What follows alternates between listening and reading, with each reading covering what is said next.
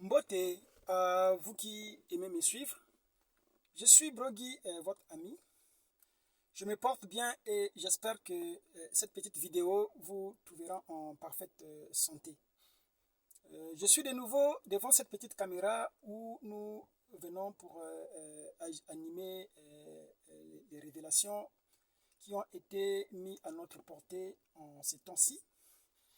Nous sommes en plein dans notre étude, cette petite étude que nous avons intitulée Le mystère de la civilisation du Sombation, pour marquer ce grand transfert des oracles qui s'est fait au temps de la fin.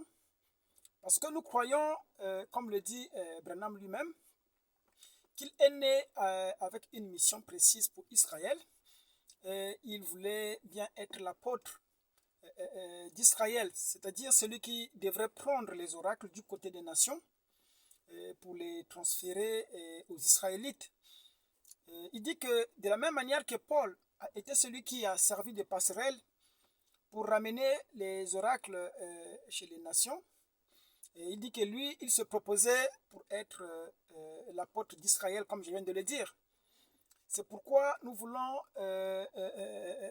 nous plonger dans cette étude profonde pour assurer la continuité de la révélation. Parce que Frère Branham parle du 8e jour. Il dit que lorsque les mystères sont révélés, nous avons, d'après le dernier type de la Bible qui restait, un appel à entrer dans le 8e jour. Or, le 8e jour n'est autre que le premier jour de la semaine. Frère Branham dit qu'il s'agit d'un jour éternel où nous ne rentrons pas par l'observation des lois, ni l'application des rituels et des cérémonies, mais nous rentrons uniquement sur la base de la prédestination. Il dit que lorsque vous rentrez dans le 8e jour, Dieu ne vous appelle pas à une station. Il s'agit de l'éternité qui tourne et qui tourne. Voilà pourquoi nous pensons que la révélation est continuelle et la révélation va de profondeur en profondeur. Parce que l'éternité n'est pas une station. L'éternité n'est pas statique. Nous croyons à la révélation qui progresse. Parce que cette grande pierre de Daniel, lorsqu'elle vient frapper la statue qui symbolisait les systèmes du monde, voyez-vous que cette pierre détruit la statue et elle-même, cette pierre, elle s'élève pour devenir une grande montagne qui couvre toute la terre. C'est en cela que Daniel, en son jour, il projetait cela pour dire qu'en ce jour-là, lorsque le jour du déploiement de la pierre des fêtes, lorsque les mystères seront révélés, c'est-à-dire les choses que Dieu lui a montrées dans son Apocalypse, parce que le livre de Daniel, nous pouvons appeler cela l'Apocalypse de Daniel, parce que Daniel a vu exactement la même chose que Jean, et Daniel avait bien compris ce qu'il avait vu. C'est pourquoi Daniel s'était mis en position d'écrire ce qu'il voyait, mais Dieu lui a dit de ne pas le faire et de garder cela secret pour le temps de la fin, promettant que au temps de la fin, lorsque ces choses seront mises à la portée des gens, ceux qui comprendront seront appelés justes, mais seulement le méchant n'a pas droit à la compréhension de ces mystères. C'est pourquoi nous voulons venir là-dessus pour essayer d'étudier profondément la parole. Parce qu'une étude partielle ou superficielle de la parole vous conduit tout droit dans la grande tribulation. Or, l'épouse, il a été dit à son sujet qu'elle ne passe pas par la tribulation. C'est pourquoi Frère Branham nous demande de sonder pour éviter de passer par la tribulation. Alors, je disais ceci en guise d'introduction pour essayer de me mettre dans mon contexte et commencer cette petite étude ensemble avec vous. Je vous remercie de partager les vidéos que vous suivez, aussi de les liker, sinon d'apporter vos commentaires ou encore vos critiques même. Nous croyons que nous sommes au jour de la venue du soleil. Et Frère Branham disait que lorsque Christ, notre soleil de la justice, apparaîtra, on n'aura plus besoin des messagers, parce que lui-même nous apportera le message d'encouragement. Vous voyez, c'est la grande lumière qui doit nous éclairer. C'est pourquoi nous accomplissons la prophétie de Joël, qui voulait qu'au temps de la fin, les jeunes gens, vous voyez, ils prophétiseront, vous voyez, alors que les vieillards verront des visions. Nous voulons accomplir toutes ces choses parce que le jour de la rédemption, qui est le jour de l'esprit, amène la sommation de toutes les prophéties à l'accomplissement. Voilà, c'était une introduction, comme je viens de le dire, pour nous mettre dans le bain. Nous allons lire notre texte habituel qui nous a servi de plateforme pour animer notre sujet. La dernière fois, nous avons lu le livre de l'Apocalypse, c'était le chapitre 14, et je commence avec le premier verset. Alors, j'ai vu et voici que l'agneau se tenait debout sur la montagne de Sion, et avec lui les 144 000 qui portent, inscrits sur leur front le nom de l'agneau et celui de son père. Et j'ai entendu une voix venant du ciel comme la voix des grandes eaux, ou celle d'un fort coup de tonnerre. Mais cette voix que j'entendais était aussi comme celle des joueurs de sitar, qui chantent et s'accompagnent sur leur sitar. Ils chantent un cantique nouveau devant le trône et devant les quatre vivants et les anciens. Personne ne pouvait apprendre ce cantique sinon les 144 000, ceux qui ont été rachetés et retirés de la terre. Alors, nous nous sommes servis de ce passage pour introduire ce petit sujet que nous avons appelé les mystères des eunuques éthiopiens en rapport avec les 144 000. C'est une fenêtre que nous avons ouverte tout en étudiant cette civilisation du Sambatyon. Nous sommes en train d'analyser les multiples facettes de cette grande civilisation. Parce que Jésus avait fait mention de cette civilisation. Lorsqu'il nous a renvoyés à la reine de Midi, il dit qu'en ces jours-là, une reine se lèvera dans les contrées du Midi. C'est cette reine-là qui condamnera la génération qui n'avait pas reçu le signe du Fils de l'homme. Branham a prêché, j'accuse cette génération d'avoir crucifié Christ pour la seconde fois. Voyez, donc il faisait référence à une civilisation qui devrait s'élever dans les pays de Midi. C'est pourquoi nous venons ici pour animer ces choses. Nous sommes en train de parler des trompettes en rapport avec les 144 000. Parce que nous savons que les trompettes étaient un message dédié à ces 144 000. C'est le sixième sceau qui était consacré à ces juifs. C'est pourquoi lorsque Branham a voulu s'aventurer là-dedans, Dieu lui a dit non Branham, laisse ces choses parce que tu les avais déjà prêchées mais de façon surnaturelle. Il dit que ces choses concernent un autre peuple. Cela n'a pas de place pour l'Église. C'est des choses qui concernent Israël. Et nous voulons nous aventurer là dans ces choses-là pour connaître à peu près ce qu'il en est. Voilà ce qui justifie le fait que nous puissions nous spécialiser dans ces domaines pour essayer de fouiller dans ces contrées. Comme je disais, l'ouverture des sceaux, ce n'est pas une station. Ce n'est pas faire de grandes déclarations que nous sommes enlevés, que le Seigneur est venu. Vous voyez, toutes ces choses, c'est bien. Nous montrons comment les mystères ont été accomplis. Mais nous n'oublions pas que lorsque les mystères ont été accomplis, cela, dans la plupart des cas, avait été accompli dans la représentation. Nous n'en sommes pas encore là. Nous allons en parler tout à l'heure.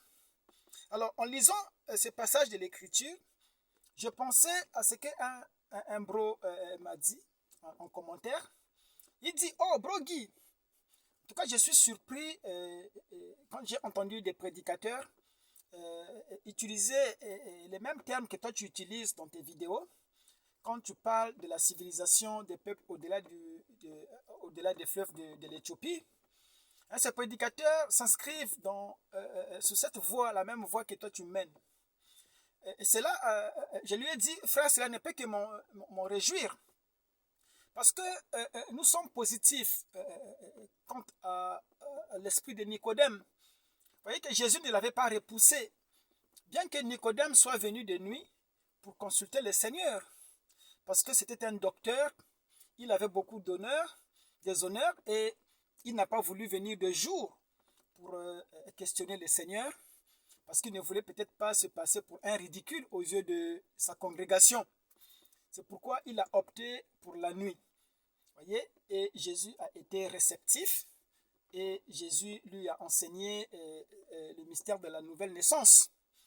Nous croyons qu'il y a beaucoup de Nicodèmes, des gens qui nous écoutent, mais qui ne peuvent pas s'identifier ouvertement avec nous parce qu'ils ne veulent pas s'associer à des hommes ordinaires qui parlent de la part du Seigneur. Nous sommes aussi réceptifs à ces gens-là qui veulent faire comme nous. Parce que dans la Bible, les disciples sont venus voir Jésus pour lui faire remarquer qu'il y avait des gens qui chassaient les démons à son nom. Et les disciples voulaient les empêcher, de faire cela. Et l'attitude de Jésus a été qu'il ne fallait pas les empêcher à faire ce qu'ils faisaient, parce que ceux qui ne sont pas contre nous, ils sont avec vous. C'est pourquoi nous sommes heureux de savoir que les gens essaient de comprendre les choses que nous déclarons. Frère Branham disait que la science même confirme la parole de Dieu.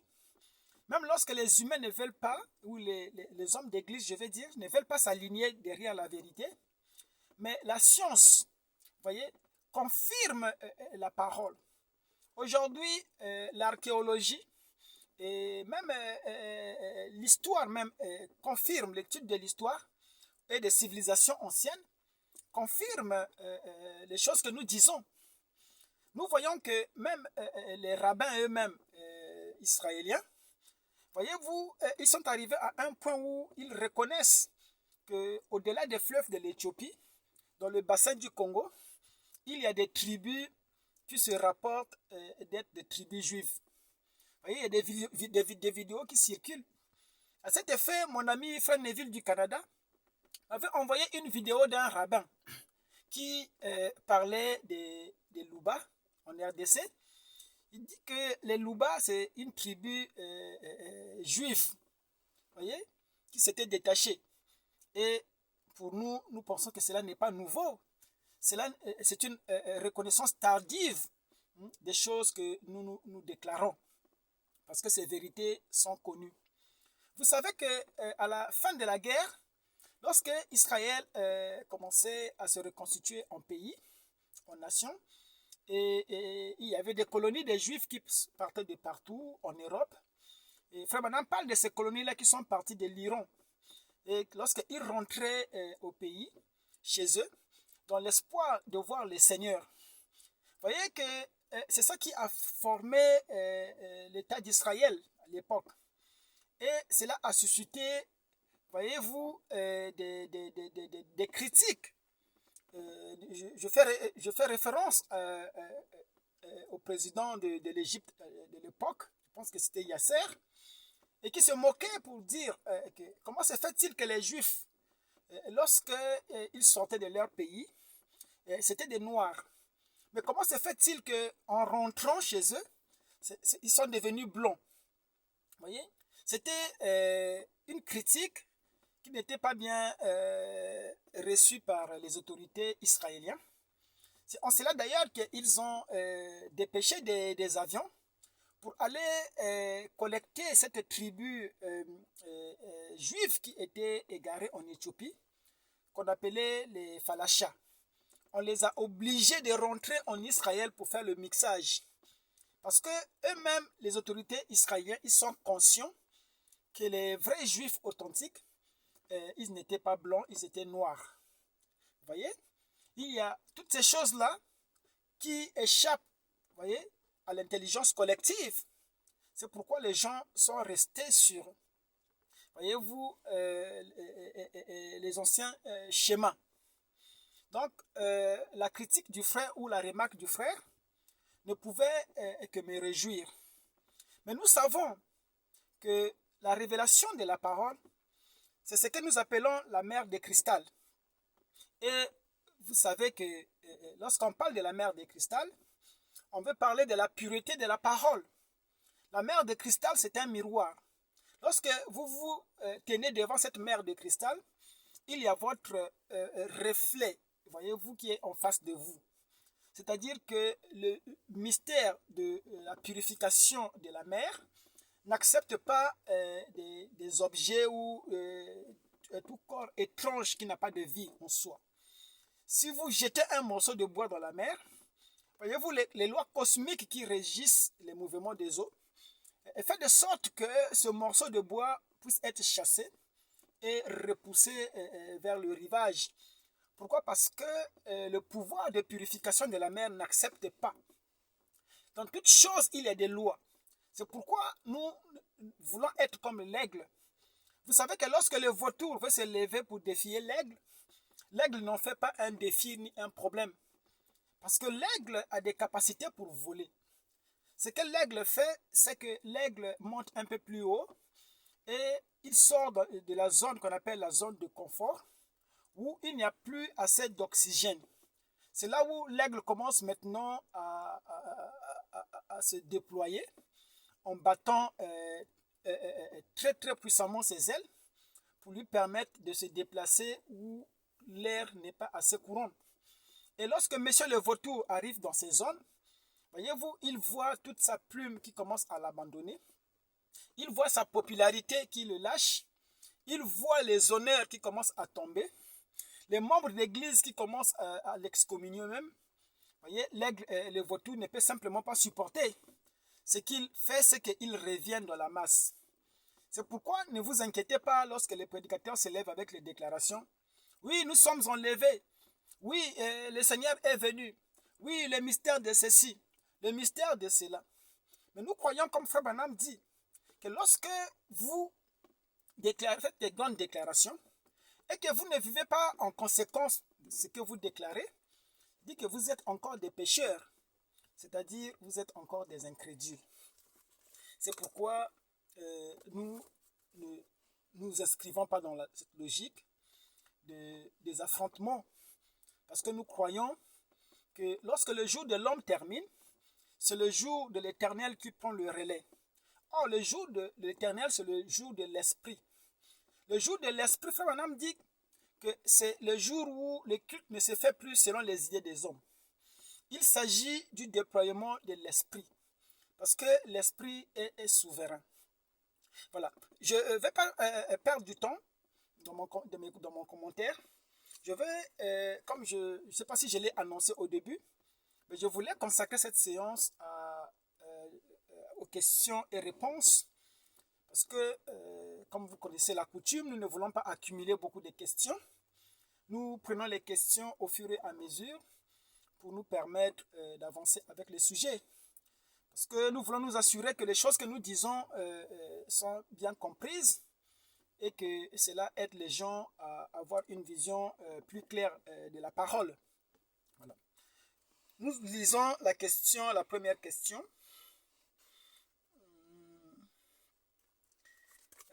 Frère Guy, vous avez déclaré que les eunuques étaient les gardiens dans la ville, ou étaient les portes de la ville.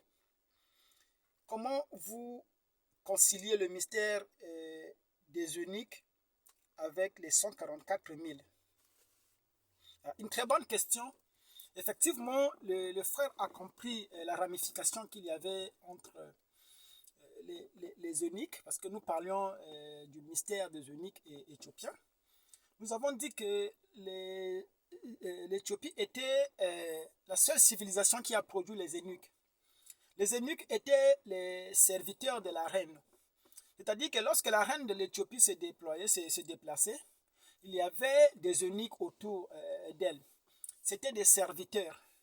Et nous voyons cette configuration dans Apocalypse 14 que nous venons de lire. On parle de l'agneau et on parle des rachetés aussi sur la montagne de Sion. Donc, il y avait l'agneau et il y avait les rachetés qui marchaient avec lui. Nous savons que l'époux et l'épouse sont un. Et que dans la ville, voyez-vous, c'est ça l'épouse. Et dans la configuration de l'épouse, nous voyons les portes. C'est en cela que j'ai mis expressément ce cantique que chantaient les poètes qui sont dans les messages. Disons que quand je me tiendrai devant les portes de la ville, je verrai des anges. Et dans leur imaginaire, comme je disais la dernière fois, ils se représentaient une ville architecturale comme peut-être Rome ou Paris, où il y a des ouvertures, il y a des portes dans chaque coin. Et de ces portes-là devraient se tenir les anges. Mais je crois que l'Apocalypse reste un livre de symboles. L'Apocalypse n'est littéral que pour les gens comme les témoins de Jéhovah, qui considèrent l'Apocalypse comme étant un livre littéral. Mais pour nous, l'épouse, Frère Branham nous a dit que l'Apocalypse est une vision, et une vision n'est pas réelle.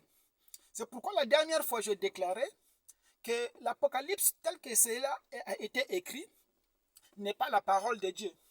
Mais la parole découle de l'interprétation qu'on fait de l'Apocalypse. C'est pourquoi le livre des symboles devrait être interprété. Nous avons dit dernièrement que lorsqu'on parle des 144 000, c'est seulement l'esprit humain qui veut compter ces 144 000-là, de sorte que ce soit des éléments naturels, qu'on puisse compter de 1 jusqu'à 144. Or, lorsque nous voyons ces chiffres, nous savons que ces chiffres sont donnés en symboles. Il faut interpréter ces chiffres. Parce qu'il avait été dit que 12 000 viendront de telle tribu, la tribu de Lévi, 12 000 de la tribu de Juda, 12 000 de Issachar, 12 000 des Zabulon, et c'est l'assemblage de cela qui forme les 144 000. Or, lorsque nous parlons de 12, le chiffre 12, comme a dit mon ami Félix, 12 c'est le chiffre de l'adoration. Voyez-vous? C'est pourquoi lorsque nous rentrons dans cette configuration des 144 000, voyez, ce sont eux, voyez-vous, qui servent dans la ville. Et dans la ville, il y a les 4 êtres vivants et les 24 anciens qui adorent Dieu. La dernière fois, j'avais déclaré que Dieu n'avait jamais été adoré depuis que Adam est rentré dans la ruine jusqu'à l'ouverture des sceaux. Voyez-vous, le mystère du Père était inconnu. Philippe avait posé une question pertinente au Seigneur. Il dit, mais montre-nous le Père, déploie-nous le Père, et nous connaîtrons le Père. Mais Jésus lui a dit, depuis que je suis avec toi, tu ne m'as point connu. Alors, si Jésus avait manifesté le Père, je pense que Philippe l'aurait reconnu. Mais nous comprenons que le mystère du Père était toujours un secret. C'était le grand secret qui était dans les sceaux. C'est pourquoi Frère Branham disait que c'est à l'ouverture du 7e sceau que vous connaîtrez qui est Dieu, quelle est sa nature et comment il agit. Nous allons revenir sur la question du frère pour dire que l'Éthiopie est cette civilisation-là qui a produit les eunuques.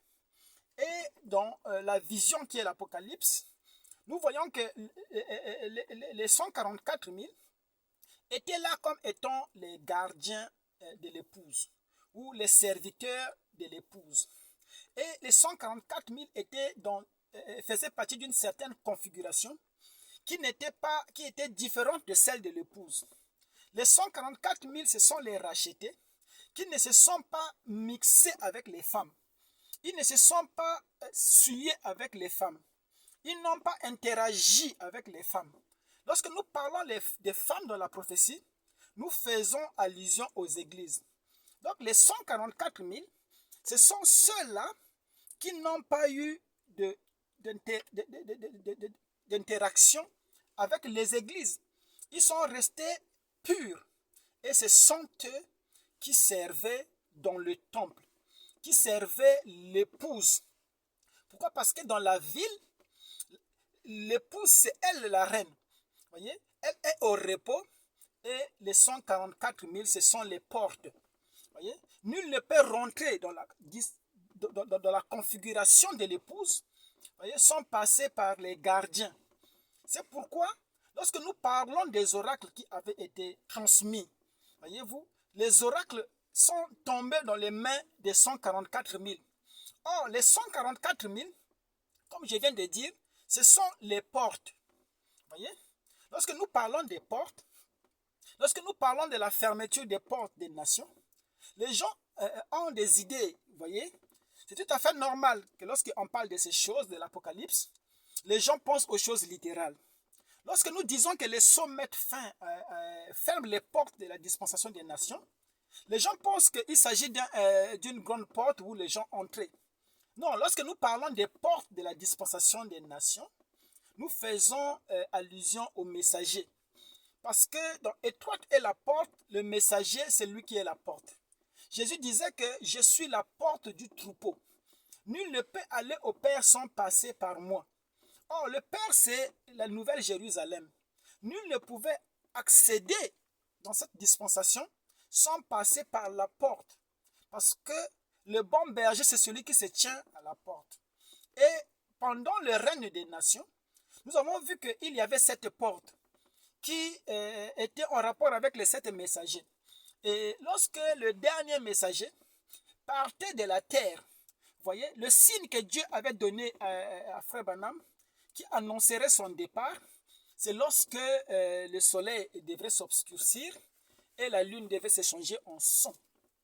Voyez, lorsque je pense que c'est Puri Green qui a vu ces signes-là, et en apprenant que Frère Branham avait fait l'accident, et il avait compris que c'était le départ, parce que Frère Branham avait annoncé cela. Ça marquait la fermeture, voyez-vous, de la porte des nations. C'est pourquoi les gens ont du mal à comprendre lorsque Frère Branham parle de la dispensation des sceaux.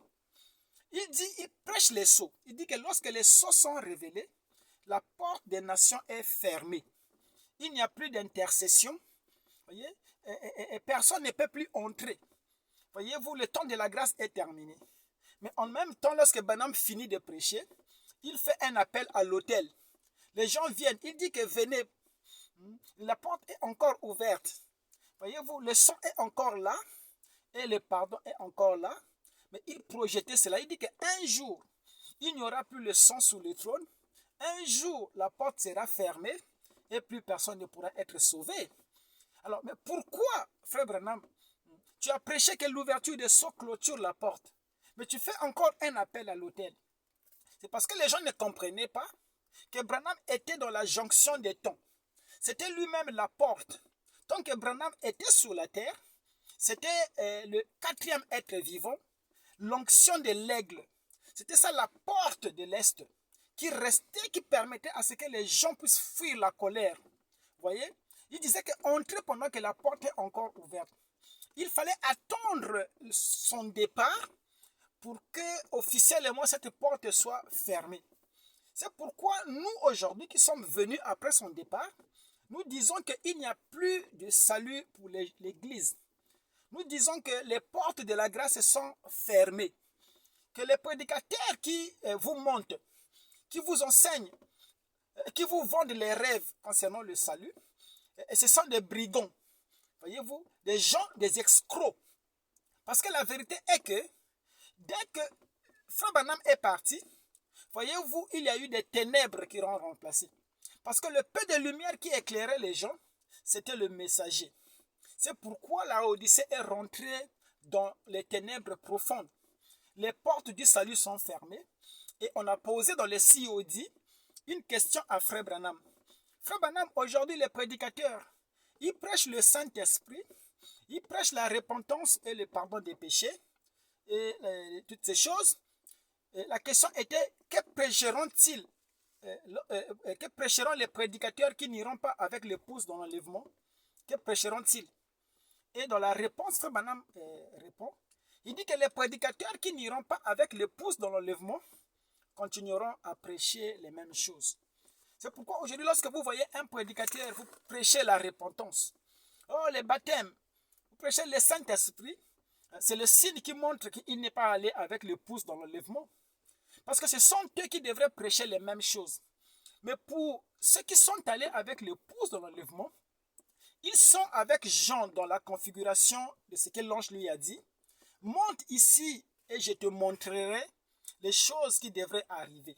Les choses qui devraient arriver, c'est la suite de l'Apocalypse. C'était le trône avec le livre qui était ouvert.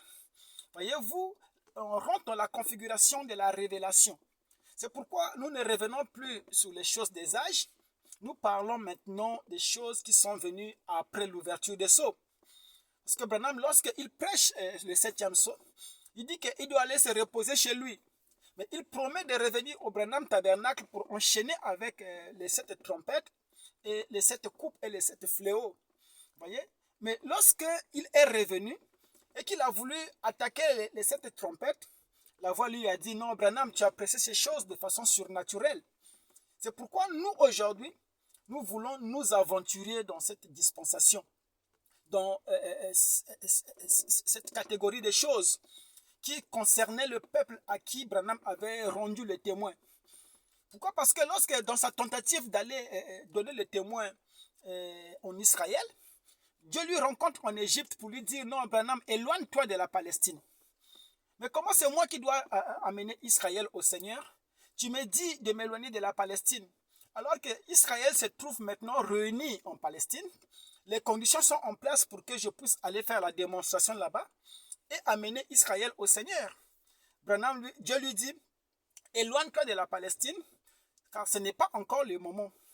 Et nous avons vu que Branham a pris un chemin différent pour aller rencontrer les Juifs. Voyez? Je répondais aussi à un prédicateur, ou à ce que j'écoute sur les réseaux, des prédicateurs qui nous disent que l'histoire des 144 000, c'est une histoire qui est passée. C'est une histoire qui n'a plus sa place aujourd'hui. Les 144 000 sont morts.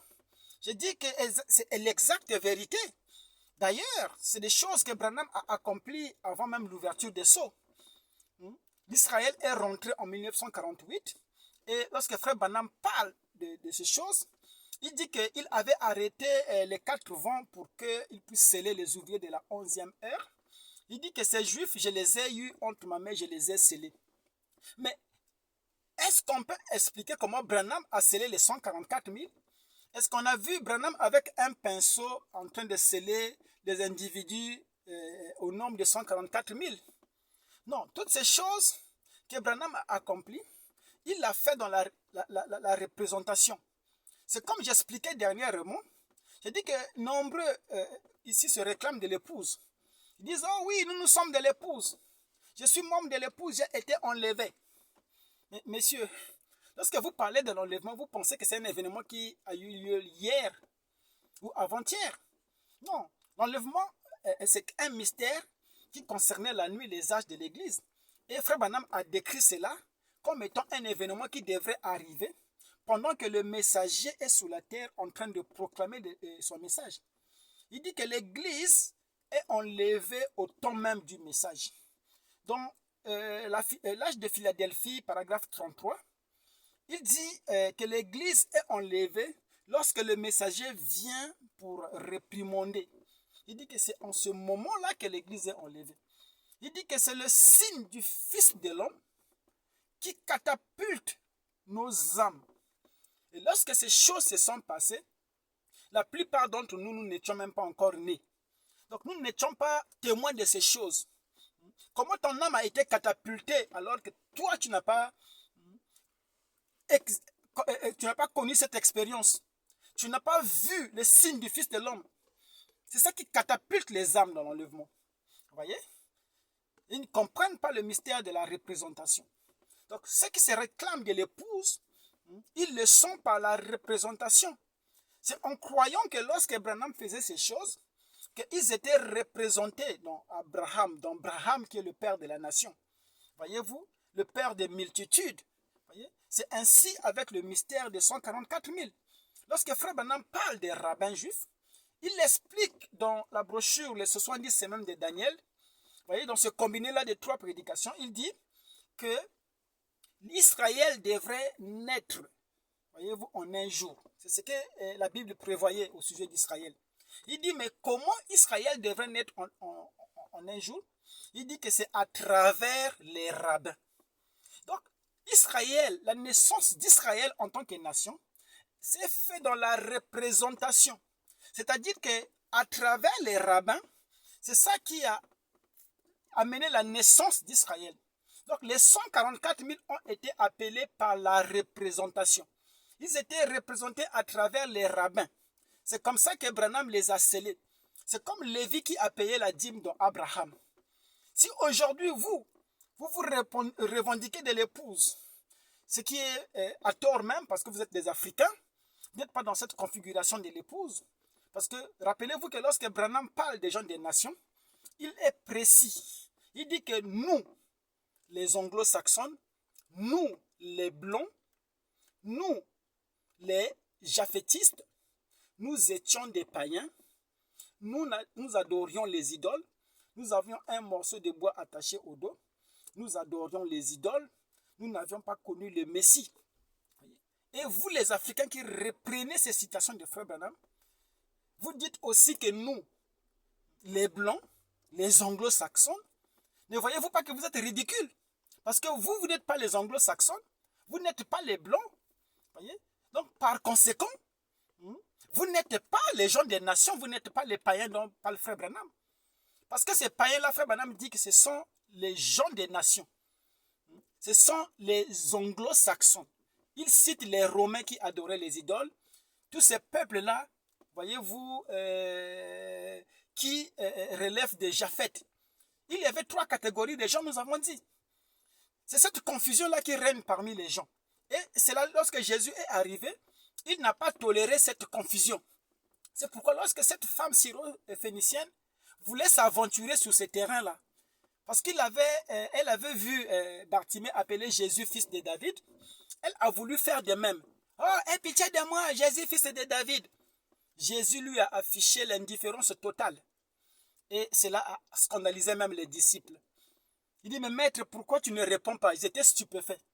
Et lorsque Jésus a enfin répondu, il dit, on ne donne pas la nourriture des enfants aux chiens. Vous voyez? Pourquoi? Parce que Jésus n'a pas toléré que quelqu'un qui n'était pas dans la configuration, dans la bonne configuration, puisse lui appeler par fils de David. C'était un attribut spécial réservé à une catégorie de gens. Aujourd'hui, les gens veulent englober toutes choses. Non, nous sommes des ségrégationnistes. Nous ne mélangeons pas les gens des nations avec Israël. Les promesses qui concernent les gens des nations ne concernent pas forcément Israël. Ce ne sont pas les mêmes prérogatives. C'est pourquoi avant de traiter avec les gens des nations, Paul nous précise qu'une partie d'Israël est tombée dans l'endurcissement des cœurs. C'est là pour permettre à ce que le témoin soit passé aux gens des nations. Pour montrer simplement que Dieu ne veut pas associer Israël avec les nations. Il ne traite pas avec eux de la même manière. Vous voyez?